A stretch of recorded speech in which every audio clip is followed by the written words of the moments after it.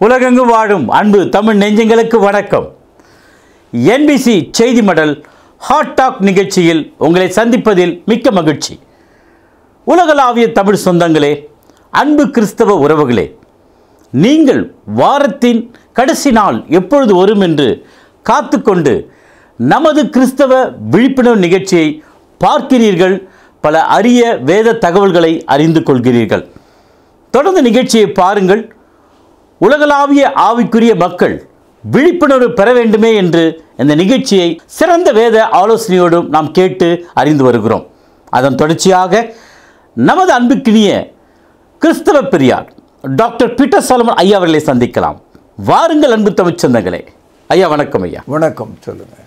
பரிசுத்த வேதாகமத்தையே படிக்கும்போது பல குழு உள்ள பல மக்களுடைய பெயர்கள், ராஜ்யங்கள் பெயரெல்லாம் பார்க்குறோம். ஐயா, அதில் யூதர்களை ஒரு புறம் நம்ம படித்தாலும் கிரேக்கர்கள் என்கின்ற ஒரு இன மக்களையும் பார்க்குறோம். அவர்கள் யார்? அவருடைய பின்னணி தான் என்ன? கொஞ்சம் சொல்லுங்களேன் ஐயா. கிரேக்க பண்டைய நாகரீகம் உலகத்தில் இயேசு கிறிஸ்து பிறப்பதற்கு முந்தைய நாகரீகம். ஏறக்குறைய கிறிஸ்துவுக்கு முன் 336லேருந்து ஒரு 140 வரைக்கும், அதாவது பிசியில் உலகளாவிய அரசு அவங்க அமைச்சிருந்தாங்க. அதான் வேர்ல்டு கிங்டம். தானியேலில் நம்ம படிக்கிற 2ஆம் அதிகாரத்தில் படிக்கிறோம், உலகத்தை இயேசு கிறிஸ்து வரைக்கும் அந்த கடைசியில் 4 ராஜ்யங்கள் உலகத்தை ஆளும் படிக்கிறோம். முதலாவது பாபிலோனிய பேரரசு, அப்புறம் மேதிய பேரரசு, கிரேக்க பேரரசு, கடைசியாக ரோம பேரரசு. அதில் இந்த 3வது பேரரசு தான் இந்த கிரேக்க பேரரசு. இந்த மக்கள் ரொம்ப ஆச்சரியமான மக்கள். அவர்கள் அறிவாளிகளாக இருந்தாங்க. ரெண்டாவது, அவர்களுடைய மொழி அன்றைய காலகட்டத்திலிருந்து இன்னைய தேதி வரைக்கும் இங்கிலீஷ்னு ஒரு மொழி இல்லைன்னு சொன்னால் நம்ம எல்லாரும் கிரேக்க மொழியை தான் உலக மொழியாகவே பேசியிருக்க வேண்டிய ஒரு சூழல் நமக்கு வந்திருக்கும். காரணம், இந்த கிரேக்க மொழி இருக்கிற எழுத்துக்கள் தான் ஆங்கில மொழியிலும் இருக்கிறது. ரொம்ப ஆச்சரியமாக இருக்கும். இப்போ ஆங்கிலத்தில் 26 எழுத்துன்னு வைங்க, கிரேக்க மொழியில் 24 எழுத்துக்கள். அது மாத்திரம் இல்லை, கிரேக்கர்கள் சிறந்த பண்பாட்டின் மாதிரிகளாக இருக்காங்க. அவங்களுடைய காலத்தில் கட்டடக்கலை, உதாரணமாக ஒரு நதியின் குறுக்கே கட்டக்கூடிய அணை, மிக உயரமான கட்டடங்கள், தூண்களை அமைத்து கட்டுவது. ரெண்டாவது, அவர்களுடைய காலத்தில் மனிதர்கள் மத்தியில் முதல் கல்வி ஸ்தாபனங்கள் ஏற்படுத்தப்பட்டது. ஆமாம், அதாவது எல்லாரும் ஒவ்வொருத்தரும் சொல்லுவாங்க, எங்கள் ஊரில் பல்கலைக்கழகம் இருந்ததுன்னு இந்த நாட்டில் கூட சொல்கிறாங்க. ஆனால் உண்மையாகவே பல்கலைக்கழகங்கள் எங்கே துவங்குச்சின்னு கேட்டிங்கன்னா கிரேக்க நாட்டில் தான். அங்கே இருந்த பெரும் கல்வியாளர்கள் ஒவ்வொருத்தரை பற்றி இன்னை வரைக்கும் நம்ம படிக்கிறோம். உதாரணமாக சாக்ரட்டிஸ், பிளாட்டோ, அரிஸ்டாட்டல், எபிகுரஸ், இந்த மாதிரி ஏராளமான மக்கள். இந்த மக்களுடைய நற்காரியங்கள், போதனைகளை இன்னைய தேதி வரைக்கும் நம்ம படிக்கிறோம். இப்போது சாக்ரட்டிஸை நினச்சோம்னா தத்துவம்னா என்ன, வாழ்க்கைனா என்ன, மரியாதைனா என்ன. அதே மாதிரி பிளாட்டோ அவருடைய மாணவர். அவர் தத்துவத்துக்கு பிறகு விஞ்ஞானத்தை பற்றி ரொம்ப ஏராளமாக சொல்கிறார். அதுக்கு பிறகு வந்த அரிஸ்டாட்டில் வானியலை பற்றி ஏராளமாக பேசுகிறார். இன்னைய தேதி வரைக்கும் உலகத்தில் நோபல் பரிசு வென்றவர்கள் அனைவரும் அன்றைய கிரேக்க தத்துவ அறிஞர்கள். இந்த மனிதர்களை கொண்டு தான், அந்த பேஸை வச்சு தான் இன்னைக்கு அவர்கள் வெற்றி பெறாங்க. நீங்கள் சொல்கிற எல்லாருமே பெரிய பெரிய உலக பிரசித்தி பெற்றவர்கள். இன்னும் ஏராளமான மக்கள் இருக்காங்க. எனக்கு நினைவு குறைவாக இருக்கிறது. இன்னைக்கு மருத்துவத்துறை எடுத்துங்க, அதில் 90% கருத்துகள் கிரேக்க மொழியில் தான் இருக்குது. ஆனால் எந்த ஒரு வெஸ்டர்ன் மெடிசனில் நீங்கள் பார்த்தீங்கன்னா, நவீன மருத்துவத்தில் 90% நீங்கள் கிரேக்க மொழியை தான் பார்ப்பீங்க, கிரேக்க சொல்ல தான் நீங்கள் பார்ப்பீங்க. அதனால் இவையெல்லாம் ரொம்ப முக்கியமான ஒரு தகவல். ரெண்டாவது, உலகத்தில் எத்தனையோ பேரரசுகள் இருந்திருக்காங்க, பெரிய பேரரசுகள்லாம் இருந்திருக்காங்க. ஆனால் இன்னி வரைக்கும் ஸ்கூலுக்கு போகிற பையன்லேருந்து யூனிவர்சிட்டிக்கு போகிற ஒரு பையன் வரைக்கும் பார்த்தீங்கன்னா ஒரு ராஜாவை மாவீரன் அப்படின்னு சொல்கிறதா இருந்தால் இந்த அலெக்சாண்டர் த கிரேட்னு தான் சொல்லுவாங்க. மாவீரன் அலெக்சாண்டர். அவங்க அப்பா பேர் வந்து பிலிப். இன்றைக்கும் பிலிப்பு பட்டணம். நீங்கள் அப்போஸ்தலர் நடபடிகள் 16ஆம் அதிகாரத்தில் பிலிப்பிய சிறைச்சாலை காரணப்படுகிறோம். அப்போது இந்த கிரேக்க பேரரசு உலக நாகரிகத்தினுடைய ஒரு தொட்டில். இரண்டாவது, கிரேக்கர்கள் பலவிதமான கடவுள் பக்தியை உடையவர்களாக இருந்திருக்காங்க. அவர்களுடைய கடவுள் எல்லாமே வானத்தில் இருக்கிற கோள்கள், விண்மீன்கள், இவைகளையே அவர்கள் கடவுளாக நினைச்சிருக்காங்க. ரொம்ப குறிப்பாக அந்த வாழ்க்கைக்காக ஒரு கடவுள் அவங்க மத்தியில் வீனஸ் நீங்கள் கேள்விப்பட்டிருக்கீங்க. அதுதான் கொச்சையை சொல்கிறதா இருந்தால் காம கடவுள். அது மாதிரிலாம் அவங்க மத்தியில் கருத்துக்கள் இருந்திருக்கு. இன்றைக்கி நாம் பார்க்கிற பல்கலைக்கழகங்கள் அந்த இயேசு கிறிஸ்து பிறப்பதற்கு 300 ஆண்டுகளிலேயே அவர்கள் மத்தியில் பல்கலைக்கழகங்கள் இருந்திருக்கு. அது இன்ன வரைக்கும் இருக்குது. நீங்கள் இன்றைக்கும் கிரீஸ் நாட்டுக்கு போனீங்கன்னா அதை நீங்கள் பார்க்கலாம். இயேசு கிறிஸ்துனுடைய சுவிசேஷம் முதல் நூற்றாண்டு காலத்தில் பரவின போது ஏற்றுக்கொண்ட மக்கள் அவர்கள் மத்தியில் திருச்சபைகள் உருவாக்கப்பட்டது. இந்த பணிகளை எல்லாம் அப்போஸ்தலனாகிய பவுல் செய்கிறார். நீங்கள் அப்போஸ்தலர் நடபடிகள் புத்தகம் 28 அதிகாரத்தை படிச்சிங்கன்னா தோராயமாக ஒரு 60லிருந்து 62 பெயர்கள் கிரேக்க மக்கள் மத்தியில் ஸ்தாபிக்கப்பட்ட சபைகள் தான் நம்ம படிக்கிறோம். எல்லாமே ஆமாம் ஆமாம். இன்றைக்கும் நீங்கள் கிரேக்க நாட்டுக்கு போனீங்கன்னா அங்கே அவளுடைய தலைநகராக மாசிடோனியா இன்றைக்கும் தலைநகராக இருக்குது. அதுக்கு பழைய ஒரு பெயர் ஒன்று இருந்தது, கான்ஸ்டான்டினோபிள்னு இருந்தது. அது பக்கத்தில் இருந்த பெரிய பட்டணம். அதை இஸ்லாமியர்கள் எடுத்துக்கொண்ட போது அதற்கு துருக்கின்னு பேர் வச்சுட்டாங்க. ஆக இந்த துருக்கி என்பது கூட கிரேக்க நாடாக தான் இருந்தது. ஆகவே ஆரம்ப காலம் முதலே கிரேக்க மக்கள் அழகான மக்கள், பண்பான மக்கள், மிக சிறந்த அறிவுடையவர்கள், எல்லாவற்றையும் சோதித்து பார்க்கக்கூடியவர்களாக இருந்தாங்க. They always test and prove the things. அந்த மாதிரி ஒரு மனநிலை உள்ளவர்கள், மந்த புத்தி உள்ளவர்கள் கிடையாது. கூடுதலாக ஒரு செய்தி என்னன்னா, கிரேக்க மொழி, அந்த மொழி 24 எழுத்துக்களை கொண்டிருந்தாலும் அவ்வளவு சிறப்பான ஒரு மொழி. இந்த மொழியிலிருந்து தான் இன்னும் கொஞ்சம் சொற்களை சேர்த்துக்கொண்டு ஆங்கிலம் என்ற ஒரு மொழியே இந்த உலகத்துக்கு வந்திருக்கிறது. அப்படின்னால ஐயா, புதிய ஏற்பாடு ஏன் கிரேக்க மொழியில் எழுதப்பட்டிருக்கு ஐயா? அதுதான் அவசியமாக தெரியுது. காரணம் என்னன்னா, அன்னைக்கு இருந்த உலக மொழி, ஆட்சி மொழியாக இருந்த மொழி கிரேக்க மொழி. அதாவது இயேசு கிறிஸ்துவினுடைய காலத்தில், அதாவது கிரேக்கர்கள் உலகத்தை ஆளாவிட்டாலும் கிரேக்க மொழி உலகத்தை ஆண்டு கொண்டிருந்தது. இயேசு கிறிஸ்து காலத்தில் ரோம பேரரசு தான் ஆட்சியில் இருந்தது. ரோமர்கள் பேசிய மொழி வந்து லத்தீன் மொழி. லத்தீன் மொழி அரசு மொழியாக இருந்தது. கிரேக்க மொழி உலக மொழியாக இருந்தது. அதே காலகட்டத்தில் யூதர்களாகிய அந்த இஸ்ரவேலர்கள் மத்தியில் எபிரேய மொழி மத மொழியாக இருந்தது. ஆக Hebrew it's a religious language, Latin as a ruling language, Greek as a world language. இப்படி தான் இருந்தது அந்த காலத்தில். இந்த மொழியில் ஏன் எழுதினார்கள் புதிய ஏற்பாட்டை அப்படின்னு நம்ம பார்த்தோம்னா, முதல்ல பழைய ஏற்பாட்டை தேவன் ஆதாம் பேசின மொழியாகிய எபிரேய மொழியில் கொடுத்துருக்கார். ஆபிரகாம், நோவா, மோசே, அப்படியே நம்ம இன்னைய தேதி இருக்கிற வரைக்கும் யூதர்களை பார்த்தீங்கன்னா அவர்களுடைய மொழி, அந்த மொழி வந்து மத மொழியாக இருக்கிறது. பழைய நீதி சட்டங்கள், அதாவது இந்த 10 commandments, அதெல்லாம் வந்து எபிரேய மொழியில் கொடுக்கப்பட்டிருக்கு. அதனால் அவங்க வந்து சேக்ரெட் லாங்குவேஜாக அதை பார்க்குறாங்க. எபிரேய மொழி பார்த்தீங்கன்னா பண்பாட்டு மொழியாக, உலக மொழியாக, அதாவது மாறி வரும் உலகத்துக்கான ஒரு மொழியாக, மருத்துவத்துக்கான மொழியாக அதை பார்க்கிறாங்க. எல்லா விதமான கலைச்சொற்களும் அங்கே இருக்கிறத நீங்கள் பார்க்கலாம். கூடுதலாக ஒரு மொழின்னு சொன்னால் காலத்தால் அந்த மொழி வளர்ந்துக்கிட்டே இருக்கும், காலத்தால் ஒரு மொழி தேய்ந்து கொண்டே இருக்கும்.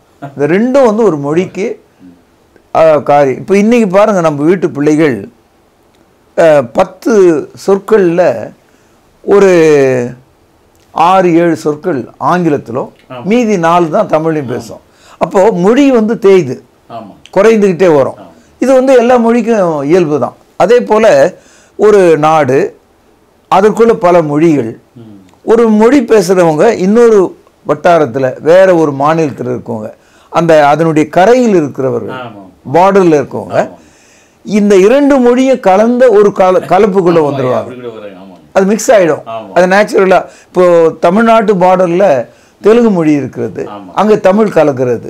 அதே போல் கேரள மொழி இருக்குது தமிழ்நாட்டு பார்டரில், அந்த கேரள மொழி இங்கே கலக்குது. அதே மாதிரி நமக்கு மேற்கு புறமாக பார்த்தீங்கன்னா கன்னட மொழி, அது தமிழோடு கலக்கும். அதே மாதிரி மொழி வந்து தேய்மானம் அடையும், கரையும், மாற்று அடையும், தேய்ந்து விட போகும், சிலது இல்லாமே போயிடும். ஆனால் இன்னைய வரைக்கும் கிரேக்க மொழியானது இந்த வட்டார தேய்மானங்கள், இந்த பார்டர் என்க்ரோச்சிங்னால் வந்த தேய்மானங்களை இல்லாத ஒரு மொழியாக இருக்கிறது. அதை அந்த கிரேக்க நாட்டை சுற்றிலும் அந்த எல்லைகளை சுற்றிலும் வெவ்வேறு மொழிகளை பேசக்கூடியவர்களாக இருந்தாலும் ஏதோ ஒரு காரணத்தினால இந்த கிரேக்க மொழி சிதையாமல் இருக்கிறது. ஆனால் இன்னைக்கு கிரேக்க மொழியை பேசுகிறவர்கள் குறைவான மக்கள் தான். அதாவது இந்த கிரீஸ் என்று சொல்லக்கூடிய நாட்டில் இருக்கிற மக்கள் மட்டும்தான் கிரேக்க மொழி பேசுகிறாங்க. இருந்தாலும் அந்த மொழி கரைந்து போகவில்லை, அதை பேசக்கூடிய மனிதர்கள் குறைந்து கொண்டு வருகிறார்கள். அது வேற ஒரு தத்துவமாக இருக்கலாம்.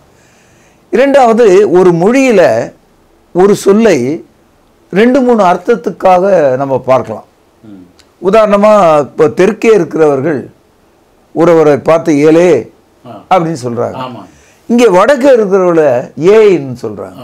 இப்போ இந்த ஏலே என்ற சொல்லை பேசுகிற ஆளும் ஏய் என்று சொல்லுகிறவர்களும் ஒரே ஆள் தான், 2 பேரும் தமிழ் இல்லை, ஒரே மாநிலத்தை சேர்ந்தவங்க தான். இருந்தாலும் அந்த சொற்கள் மாறுது, அர்த்தங்கள் மாறுகிறது. அது ஆனால் கிரேக்க மொழியில் நீங்கள் ஏலேயும் சொல்ல முடியாது, ஏயும் சொல்ல முடியாது, அங்கே என்ன இருக்கோ அது மட்டும்தான் சொல்ல முடியும். கூடுதலாக கிரேக்க மொழியில் கொயினே கிரீக் ஒரு இலக்கண பகுதி இருக்குது. அது என்னன்னா, ஆரம்ப காலத்தில் கிரேக்க மொழி பிறந்த காலத்திலேருந்து அது பிழறாமல் வழி விலகாமல் அதை அப்படியே பேசுகிறவர்கள். இப்போ உதாரணமாக தமிழில் ட்ராமாவில் நடிக்கிறவங்க திருத்தமாக பேசி நடிப்பாங்க இல்லையா, உச்சரிப்பெல்லாம் வந்து கொச்சையாக இருக்காது. அதுதான் வந்து கொயினே கிரீக்ன்றாங்க. ஆக பரிசுத்த ஆவியானவர் 1 நூற்றாண்டு காலத்தில் இயேசு கிறிஸ்துவினுடைய கட்டளை, நீங்கள் உலகம் முழுதும் புறப்பட்டு போய் சகல இனத்தாரையும் சீஷராக்கி அவர்களுக்கு பிதா குமாரன் பரிசுத்த ஆவியின் நாமத்தில் ஞானஸ்தானம் கொடுங்கள் என்று சொல்கிறார். மத்தேயு 28வது அதிகாரம் 19வது வசனம். இயேசு கிறிஸ்துவினுடைய வார்த்தைகளை எடுத்துக்கொண்டு போனவர்கள் மத்திய ஆசியா முழுவதும் பெருவாரியாக கிரேக்க மொழியில தான் பிரசங்கம் பண்ணியிருக்காங்க. பெருவாரியாக கிரேக்க மக்கள் வழியாக தான் திருச்சபையானது ஸ்தாபிக்கப்பட்டிருக்கு. அப்போஸ்தலர் நடபடிகள் 2ஆம் அதிகாரத்தில் பரிசுத்த ஆவி ஊற்றப்பட்ட அதே காலகட்டத்தில் அங்கே கிரேக்கர்கள் இருந்தாங்க. நீங்கள் தொடர்ந்து அப்போஸ்தலர் நடபடிகளை படிச்சீங்கன்னா 6வது அதிகாரத்தில் 7 டீக்கன்கள் உதவிக்காரில் தேர்ந்தெடுத்தாங்க. அதில் 2 டீக்கன்கள் வந்து கிரேக்க மொழி பேசக்கூடியவங்க. நீங்கள் 6ஆம் அதிகாரம் 1 வசனத்தை பார்த்தீங்கன்னா கிரேக்கர்களுக்கும் எபிரேயர்களுக்கும் ஒரு சிறிய மனக்கசப்பு ஏற்படுது. என்னன்னா, கிரேக்க விதவைகளை எபிரேய விதவைகளை பராமரிக்கிற மாதிரி பராமரிக்கவில்லை என்று ஒரு குழப்பம் அங்கே வருது. அப்போ ஆரம்பம் முதலே கிரேக்கர்கள் அந்த சபையில் இருந்து கொண்டே தான் இருக்காங்க. நீங்கள் அப்போஸ்தலர் நடபடிகள் முழுவதும் பார்த்தீங்கன்னா அதுக்கு பிறகு பவுலப்போஸ்தலர் 3 உலகளாவிய பயணங்களை செய்கிறார். அது இல்லாமல் கடைசி பயணம் ரோமாபுரிக்கு போகிறார், 4வது பயணம். இந்த முதல் 3 பயணங்களிலும் கிரேக்க மொழி பேசக்கூடிய மக்கள் மத்தியில் தான் ஊழியங்கள் ஸ்தாபிக்கப்பட்டிருக்கு. உதாரணமாக தீமோத்தேயு, இந்த 2 பேரும் பெரும் ஊழியங்களை பவுலுடைய காலத்தில் ஆதரவாக செய்திருக்கிறாங்க. அதனால கிரேக்க மொழியில இந்த புதிய ஏற்பாட்டை தேவன் கொடுக்க வேண்டும் என்று விரும்பி இருக்கிறார். நம்ம ஊரில் இருக்கவங்க 1000 நியாயங்களை சொல்லுவாங்க. நாங்கள் தான் மூத்த குடி, நாங்கள் தான் முதல் மொழி. ஒவ்வொரு மொழி பேசணும் அப்படி தான் சொல்லிகிட்டு இருக்கான், அப்படி தான் சொல்கிறான். ஆதாமிலிருந்து பழைய ஏற்பாட்டு காலம் முழுவதும் அந்த எபிரேய மொழி தான் இருக்குது. ஆதாமே பேசின மொழி எபிரேய மொழின்னு நிரூபிக்கப்பட்டிருக்கு. ஆனால் நம்ம ஆளுங்க எப்போவுமே நாங்கள் கல் தோன்றி மண் தோன்றா காலத்திலேயே நாங்கள் தமிழ் பேசணும். கல்லும் மண்ணும் தோன்றதுக்கு முன்னாடி நீ எங்கே இருந்த? இது என்ன கேள்வி? இதை கொஞ்சம் யோசிக்க வேண்டிய ஒரு விஷயம் இது. அதனால் ஒன்று, உதாரணமாக இந்த கிரேக்க மொழியில் சில சொற்கள் வேறு எந்த மொழியிலையும் அதை எடுத்து சொல்ல முடியாது. உதாரணமாக கடவுளை பற்றிய தத்துவங்களை வேறு மொழியில் சொல்லியிருந்தா அது 15-20 அர்த்தங்களை உடையதாக மாறிட்டு இருக்கும். ஒரே சொல், இப்போ தேவன் என்ற ஒரு சொல், அதற்கு ஆணா பெண்ணா அப்படின்னு போயிட்டே இருக்கும். அது வளர்ந்துட்டு இருக்கும். ஆனால் அது கிரேக்க மொழியில் கொடுக்கப்பட்டதுனால இன்னைக்கு 2000 ஆண்டுகள் கடந்தும் கூட அந்த சொற்களின் பொருள் அனர்த்தமாகாமல், வேறு திசையிலே செல்லாமல், வட்டார வழக்கை ஏற்றுக்கொள்ளாமல், ஒவ்வொரு கமாவும் ஒரு புள்ளியும் கூட இடம் மாறாமல் இருக்கிறது. ஒரு வசனம் உங்களுக்கு எடுத்து காண்பிக்கிறேன். கிரேக்க மொழியில் பாருங்க, ஆதியிலே வார்த்தை இருந்தது, அந்த வார்த்தை தேவனிடத்தில் இருந்தது, அந்த வார்த்தை தேவனாயிருந்தது. யோவான் 1:1.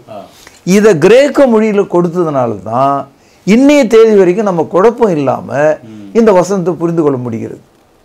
இதே வசனத்தை வேறு ஒரு மொழியில் கொடுத்திருந்தால் மனிதர்கள் அதற்கு காது மூக்கு வைத்து ஆண் தன்மை பெண் தன்மையை கூறி மரம் கல் இவைகளோடு ஒப்பிட்டு எல்லா விதமான தத்துவங்களை உள்ளே புகுத்தி அந்தந்த மனிதர்கள் அந்தந்த மதத்தின் ஆர்வத்தின்படி பழக்கத்தின்படி இந்த வசனத்தை இன்டர்பிரட் பண்ணிட்டு போவாங்க. உதாரணமாக வார்த்தை மாம்சமானது என்ற ஒரு தத்துவத்தை வேறு எந்த மொழியில் சொல்லியிருந்தாலும் இந்த நாசம் ஏற்பட்டிருக்கும். உதாரணமாக பாருங்க, யோவான் எழுதிய சுவிசேஷம் 1வது அதிகாரம் 14வது வசனம். அந்த வார்த்தை மாம்சமாகி கிருபையினாலும் சத்தியத்தினாலும் நிறைந்தவராய் நமக்குள்ளே வாசம் பண்ணினார், அவருடைய மகிமையை கண்டோம், அது பிதாவுக்கு ஒரே பேரானவருடைய மகிமைக்கேற்ற மகிமையாகவே இருந்தது. இந்த கருத்துக்கள் எல்லாம், இந்த மூல உபதேசங்கள்லாம் இந்த கொயினே கிரீக்கில் கொடுக்கப்பட்டதுனால்தான் எத்தனை மொழிபெயர்ப்புகளை உண்டானாலும் இன்னைக்கு உலகத்தில் இந்த பைபிள் குறைஞ்சபட்சம் 6000க்கு மேற்பட்ட மொழிகளில் இருக்குது, இன்னும் கூட அதிகமாக இருக்கலாம். ஆனால் ஒவ்வொரு மொழிக்கும் இந்த நியூ டெஸ்டமெண்ட் டிரான்ஸ்லேஷன் ஆக ஆக அங்கே கருத்து சிதைந்து கரைந்து அந்த உள்ளூர் மரபுகளும் பேச்சுகளும் எண்ணங்களும் தத்துவங்களும் உள்ள ஏறிட்டு இருக்கும், ஏற்பட்டிருக்கும். இப்போ பாலுக்குள்ள அது புளிக்க ஆரம்பித்தால் அது தயிராக மாறுவது போல அது கொஞ்சம் வித்தியாசமான ஈடாக மாறிட்டு இருக்கும். அதனால தான் நீங்கள் உலகத்தில் எந்த ஒரு பைபிளை ஒன்றா பாருங்கள், இது மூல மொழியாகிய கிரேக்கத்திலிருந்து மொழிபெயர்க்கப்பட்டது என்ற ஒரு வார்த்தை. ஆமாம், நேராக கிரேக்கிலிருந்து மொழிபெயர்த்ததுனால தான் நமக்கு சுட சுட வேதாகமும் அப்படியே இருக்கிறது. அதில் எந்த கருத்து சிதைவுகள் எதுவும் இல்லை. ஆனால் வேறு மொழியில் இது தேவன் கொடுத்திருந்தார்னா இன்னைக்கு இது அனர்த்தமாக போய் 1000-10000 அர்த்தங்களை உடையதாக மாறியிருக்கும். இதுக்காக கிரேக்க மொழியில் கடவுள் நமக்கு இந்த வார்த்தையை கொடுத்ததற்காக நாம் நன்றி செலுத்தலாம். பாருங்கள், யோவான் எழுதிய சுவிசேஷம் 19வது அதிகாரம் 20வது வசனம். இயேசு சிலுவையிலே அறையப்பட்ட இடம் நகரத்துக்கு சமயமாக இருந்தபடியினால் யூதரில் அநேகர் அந்த மேல் விலாசத்தை கவனிங்க வாசித்தார்கள். அந்த சிலுவையின் மேலே போடப்பட்ட அந்த போர்டில் அதை வாசித்தார்கள். அது எபிரேயு, கிரேக்கம், லத்தீன் பாஷைகளில் எழுதியிருந்தது. இங்கே 3 மொழிகளை பார்க்கிறோம். யூதர்கள் படிக்கக்கூடிய மொழி, மத மொழி எபிரேயம். யூதர்கள் பேசக்கூடிய உலக மொழி கிரேக்கம்.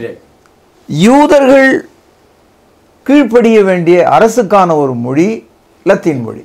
ஆக அந்த சிலுவையின் மேலே இந்த 3 மொழிகளும் பயன்படுத்தப்பட்டிருக்கிறத நான் பார்க்கிறேன். இது ரொம்ப ஆச்சரியமாக இருக்கு. அதே போல லூக்கா என்ற ஒரு ஆசிரியர் இருக்கார். இந்த லூக்கான காஸ்பிள், அவர் மிகப்பெரிய படிப்பாளி. அவர் ஒரு டாக்டர். அப்போ அந்த காலத்திலேயே அந்த வெஸ்டர்ன் மெடிசனை நம்ம அங்கே கவனிக்கலாம். உதாரணமாக கொலோசியர் 4வது அதிகாரம் 14வது வசனம், பிரியமான வைத்தியனாகிய லூக்காவும் தேமாவும் உங்களுக்கு வாழ்த்துதல் சொல்கிறார்கள் என்று பவுலடியார் குறிப்பிடுறார். இந்த லூக்கா தேவ ஒத்தாசையினால பவுலப்போஸ்தலருடைய எழுதுகோலாக, ரைட்டராக, எழுத்தாளராக மாறிவிட்டார். அதனால தான் பவுலப்போஸ்தலர் எழுத வேண்டிய வார்த்தைகளை எல்லாம் தேவ ஆவினால் அவர் ஏவி சொல்லும்போது அவைகளை எழுதி பதிவு செய்கிற ஆசிரியராக இந்த லூக்கா வந்து விடுகிறார். ஆனால் லூக்காவுடைய ப்ரொஃபஷன், அவருடைய வேலை என்னன்னு பார்த்தா, அவர் ஒரு டாக்டர். ஒரு டாக்டர் ஒன்று சொல்கிறதா இருந்தால் மிக சிறப்பாக சொல்லுவாங்க.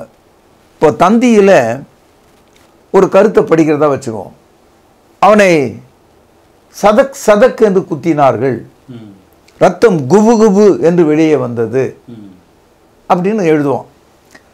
படிக்கிறவர்களுக்கு அது உற்சாகமாக இருக்கும், அந்த காட்சியை பார்த்த மாதிரி இருக்கும். படிக்காதவங்க கூட அதை சிறந்த அளவில் புரிஞ்சுக்கலாம், விளையிடும். ஆனால் இயேசு கிறிஸ்து கெத்செமனே தோட்டத்தில் அவர் முகங்குப்புற தரையில் விழுந்து ஜெபம் பண்ணார். அப்படி ஜெபம் பண்ணும்போது அவருடைய முகத்தில் உள்ள பெரும் வேர்வை துளிகள், நல்ல வார்த்தையை கவனிங்க. நீங்கள் விவசாயிகளை 12 மணிக்கு வயலில் அவங்க வேலை செய்கிற இடத்துல நீங்கள் பார்த்தீங்கன்னா அவங்க முகத்துலேயும் முதுகுலையும் முத்து முத்தாக இந்த வேர்வை இருக்கிறத நீங்கள் பார்க்கலாம். அந்த முத்து முத்தான வேர்வை உருண்டு உருண்டு கீழே வந்து விடும். அந்த காட்சியை காட்டுறார். அது மாதிரி இயேசு கிறிஸ்துனுடைய முகத்தில் வந்த அந்த வேர்வையின் பெருந்துளிகள் இரத்தமாக விழுந்தது. ஏன்னா அவர் ஒரு மருத்துவராக இருந்ததுனால குபு குபுன்னு வந்தது, வழவழன்னு வந்தது, கொழ கொழன்னு வந்ததுன்னு சொல்லாமல் பெரும் துளிகளாக வந்தது என்று சொல்கிறார். அவர் ஒரு டாக்டர் இருந்தனால தான் அப்படி. நீங்கள் லூக்கா சுவிசேஷம் முழுவதும் படித்தீங்கன்னா அந்த அக்யூரசி ஆஃப் ரைட்டிங் ரொம்ப தெளிவாக இருக்கும், டீட்டெயில்டாக இருக்கும். அது எப்படி நடந்தது, அது எப்படி பேசப்பட்டது, அவன் என்ன சொன்னான், இவர் என்ன சொன்னார், அது எந்த நடந்தது, ஏசு சொன்னார் அவன் சுகமாக இருப்பான்னு. அதை தொடரும் போது அவர் சொல்லுவார், அந்நேரத்தில் தானே அவன் சுகமாக்கப்பட்டான். அந்த டைமை கரெக்ட் பண்ணுவார். அதனால தான் புதிய ஏற்பாடு கிரேக்க மொழியில் குறிப்பாக அப்போஸ்தலனாகிய பவுலை போன்ற பேராசிரியர்களை கொண்டு ஏவப்பட்டது. ஏன்னா உலகத்தில் வாழ்ந்த காலத்தில் இருந்த மிகப்பெரிய கல்விமான்கள் ஒருவராக பவுல் அப்போஸ்தலர் இருக்கார். அந்த ஆவியின் வார்த்தைகளை எழுதும் எழுத்தாளராக பவுலுக்கு உதவியாக இந்த லூக்கா இருக்கிறார். பவுல் அப்போஸ்தலர் புதிய ஏற்பாட்டில் 13 நிருபங்களை எழுதியிருக்கார். இந்த 13 நிருபங்களும் ஏறக்குறைய லூக்கா என்ற அந்த கிரேக்க ஆசிரியரால், லூகாஸ்ன்றது கிரீக் வேர்டு, அது லூகாஸ், இன்னைக்கு லூகாஸ் டிவிஎஸ் சொல்றோம், அதே வார்த்தை தான் அது. அந்த லூகான்றது, அந்த லூக்கா ஒரு கிரீக் அவர். அதனால தான் அவர் எழுதின எழுத்துக்கள்லாம் இன்றைக்கும் நம்ம படித்தோம்னா, உதாரணமாக தீத்து புத்தகத்தை படிச்சிங்கன்னா இந்த சர்ச் மேனுவல், சபையினுடைய கையேடு, அது அந்த புத்தகம், அதில் எவ்வளோ அக்யூரசி இருக்கிறத நீங்கள் பார்க்கலாம், அவ்வளோ தெளிவை நீங்கள் பார்க்கலாம்.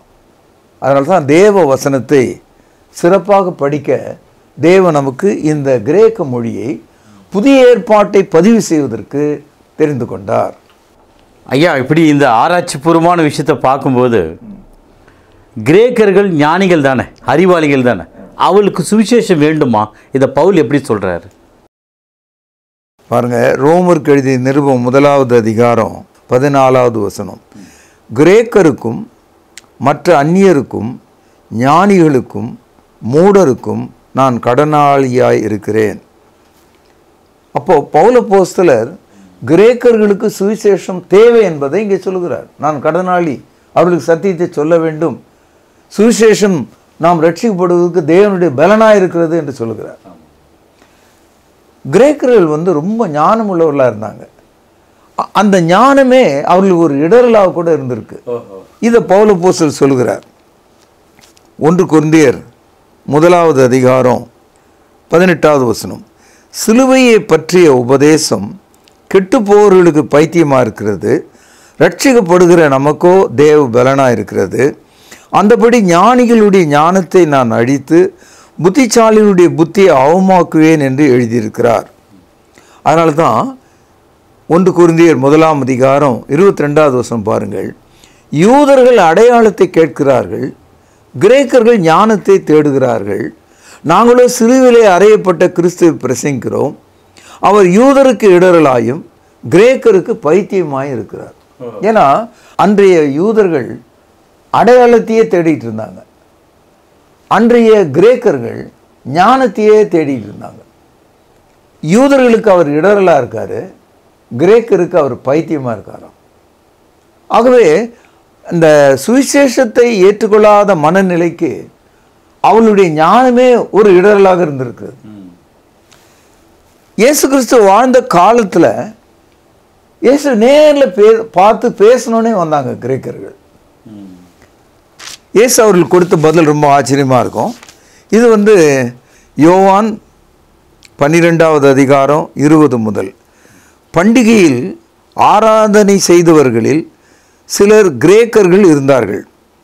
அவர்கள் கலிலேய நாட்டு பெத்சாயிதா ஊரானாகிய பிலிப்பினிடத்தில் வந்து, ஐயா, இயேசுவை காண விரும்புகிறோம் என்று அவரை கேட்டுக்கொண்டார்கள். பிலிப்பு அதை அந்திரேயாவுக்கு தெரிவித்தான். பின்பு அந்திரேயா பிலிப்புவும் அதை இயேசுவுக்கு தெரிவித்தார்கள். கவனிங்க. அப்பொழுது இயேசு அவர்களை நோக்கி, மனுஷகுமாரன் மகிமைப்படும்படியான வேளை வந்தது. மெய்யாகவே மெய்யாகவே நான் உங்களுக்கு சொல்கிறேன், கோதுமை மணியானது நிலத்திலே விழுந்து சாகாவிட்டால் தனித்திருக்கும், செத்ததே ஆகில் மிகுந்த பலனை கொடுக்கும். இந்த கருத்தை நம்ம நிறைய முறை படிச்சிருக்கோம். இந்த கான்டெக்ஸ்ட் அந்த கிரேக்கர்கள் தான் இயேசு பேசுகிறார், இந்த கோதுமை மணியை பற்றி. அதாவது இயேசு என்ன சொல்கிறார், நான் ஒரு கோதுமை மணியை போல் இருக்கிறேன், நீங்கள் இப்பொழுது என்னை பார்க்க வந்திருக்கிறீங்க. அதாவது இயேசு சிலுவையில் அறையப்படுவதற்கு ஒரு 6 மாதத்துக்கு முன்னாலே இந்த நிகழ்ச்சி நடக்குது. இந்த கோதுமை மணி தரையில் விழுந்து செத்தா என்ன ஆகும்? அது புதிதாக முளைச்சி 10,000 மணிகளை கொடுக்கும். அதுபோல நான் சிலுவிலே மரித்த பிறகு நீங்கள் என்னை சந்தித்திருந்தால் அது உங்களுக்கு மாபெரும் ரட்சிப்பாக மாறி இருக்கும், நீங்கள் மிகவும் ஆசீர்வதிக்கப்பட்டிருப்பீங்க. அதுக்காக காத்துருங்க. இந்த கோதுமை மணி உதாரணம் அந்த கிரேக்கர்களுக்கு இயேசுனுடைய மரணத்தை சுட்டி காட்டக்கூடியதாக இருக்கிறது. நிச்சயமாக இதையெல்லாம் வேத மாணவர்கள், இன்றைய போதர்கள் கண்டிப்பாக கவனிக்கணும். காரணம், இந்த வரலாற்றை தெரிஞ்சாதான் இன்றைய கூகுள் உலகத்தில், சவாலான இந்த ஏஐ உலகத்தில் நம்ம திருத்தமாக தேவனுடைய வார்த்தையை வல்லமையாக எடுத்து காண்பிக்க முடியும். ஏன் இந்த புதிய ஏற்பாடு கிரேக்க மொழியில் கொடுக்கப்பட்டது என்ற அந்த ஒரு கருத்து மிகவும் ருசிகரமான தகவலும் அது நம்முடைய ஆதரவை பெருக்கக்கூடியதாகவும் இருக்கிறது. ஐயா, இன்றைய என்பிசி செய்தி மடல் என்ன ஒரு அற்புதமான ஒரு புதையலை, கிரேக்கருடைய பின்னணியை தெல்ல தெளிவாக வேத வசனத்தின் ஆதாரத்தோடு எடுத்து சொன்னீங்க. ரொம்ப நன்றிங்க ஐயா. அன்பு நேயர்களே, இன்றைய நமது என்பிசி செய்தி மடல் நிச்சயம் உங்கள் வாழ்க்கையில் அரிய தகவல்களை அறிந்து கொள்ள இது ஒரு அற்புதமான நிகழ்ச்சி என்பதை நீங்கள் புரிந்திருப்பீர்கள். நீங்கள் பார்ப்பதோடு மாத்திரமல்ல, அநேகருக்கு இந்த நிகழ்ச்சியை எடுத்து சொல்லுங்கள். மீண்டும் ஒரு புத்தம் புதிய கேள்வி கணைகளோடு ஐயாவில் நான் சந்திக்க வருகிறேன். அதுவரை உங்களிடமிருந்து விடைபெறுவது உங்கள் அன்பு அறிவிப்பாளன் சார்லஸ் எஸ் குணசேகரன். நன்றி, வணக்கம். கர்த்தாவே, தேவர்களில் உமக்கு பானவர் யார்? வானத்திலும் பூமியிலும் உமக்கு பானவர் யார்? உமக்கு பானவர் யார்? உமக்கு பானவர் யார்? வானத்திலும் பூமியிலும் உமக்கு பானவர் யார்? வானத்திலும் பூமியிலும் உமக்கு பானவர் யார்? தொடர்பு கொள்ள வேண்டிய முகவரி: திருமறை நேரம், 58 சர்ச் தெரு, குமரன் நகர், சென்னை 6,82,000. தொலைபேசி எண் 044255008882. செல்போன் 9385500882.